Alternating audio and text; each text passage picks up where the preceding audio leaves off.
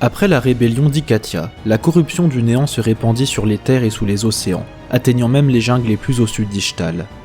Le transfiguré Nezuk, qui était un puissant mage élémentaire Ishtali, promit à l'empereur de construire une arme capable de détruire le néant.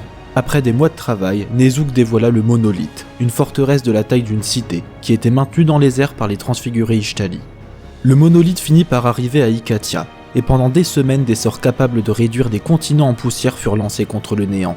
Mais les abysses répliquèrent de la même manière, affaiblissant la forteresse volante. Alors que Nezuk ralliait ses troupes pour lancer un dernier assaut désespéré, le monolithe s'écrasa avec fracas sur terre, perçant le soubassement d'Ikatia et dévoilant le néant en dessous. Nezuk fut le seul survivant, et il prit la fuite pour sauver sa vie. La majeure partie du monolithe fut engloutie par le néant, et les derniers vestiges s'écrasèrent dans le désert déjà noirci par le conflit contre le néant. Les éclats du monolithe luttèrent pour guérir, pour reformer ce qu'ils formaient autrefois, mais leur énergie vitale finit par être absorbée par le néant. Mais un éclat perdura.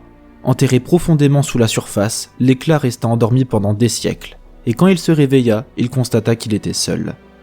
Avec le temps, Malphite, le dernier éclat du monolithe, est devenu une légende à Runeterra. Il aurait été aperçu aux quatre coins du monde, et entendu dans les grottes les plus profondes. Malphite sait qu'il va bientôt devoir se dresser contre le néant, car ce dernier se réveille à son tour et menace une nouvelle fois Runeterra.